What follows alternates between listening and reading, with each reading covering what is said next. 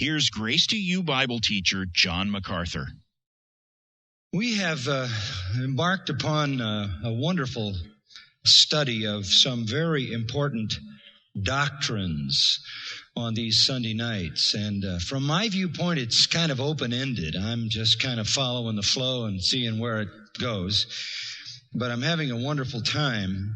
As you well know, through all these years, we predominantly, if not almost always, work through texts of Scripture. And that way we are obligated to affirm what the Word of God says because it's what it says. And there is always the, I suppose, potential accusation that when you leave the flow of expositional preaching and you embark upon a topical study or a doctrinal study, you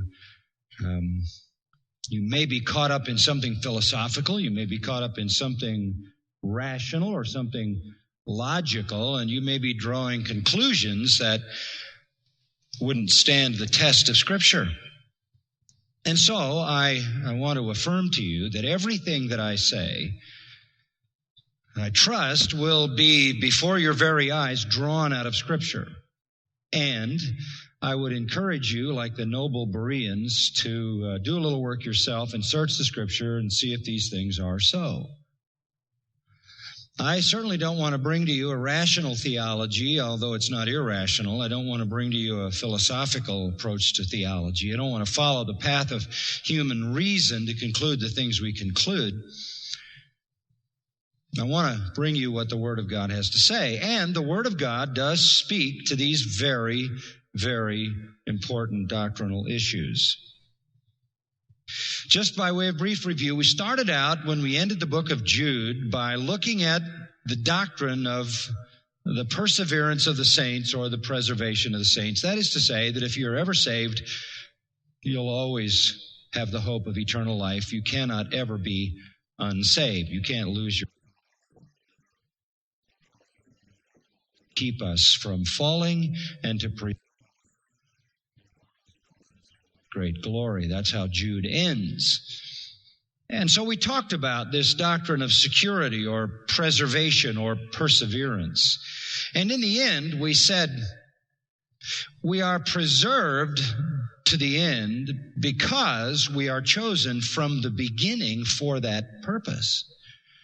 And that took us into the doctrine of divine election, the doctrine of predestination, that God determined before the foundation of the world who He would save, who He would bring to glory. Therefore, whoever it is that He calls, He justifies. Whoever He justifies, He glorifies. And so the great doctrine of preservation is connected to the doctrine of election or predestination.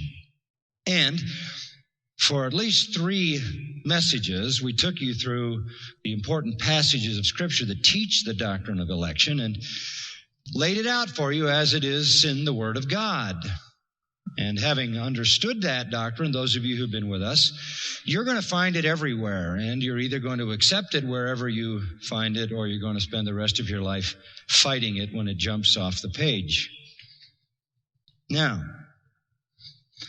any discussion of the doctrine of predestination or the doctrine of divine sovereign election, or if you will, sovereign salvation as a work of God, is based on another doctrine.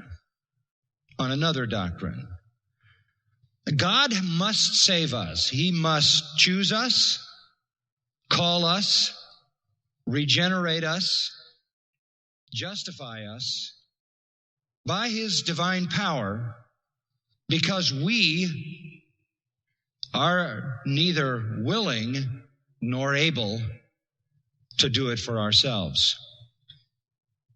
And this takes us to what I'm going to call the doctrine of absolute inability.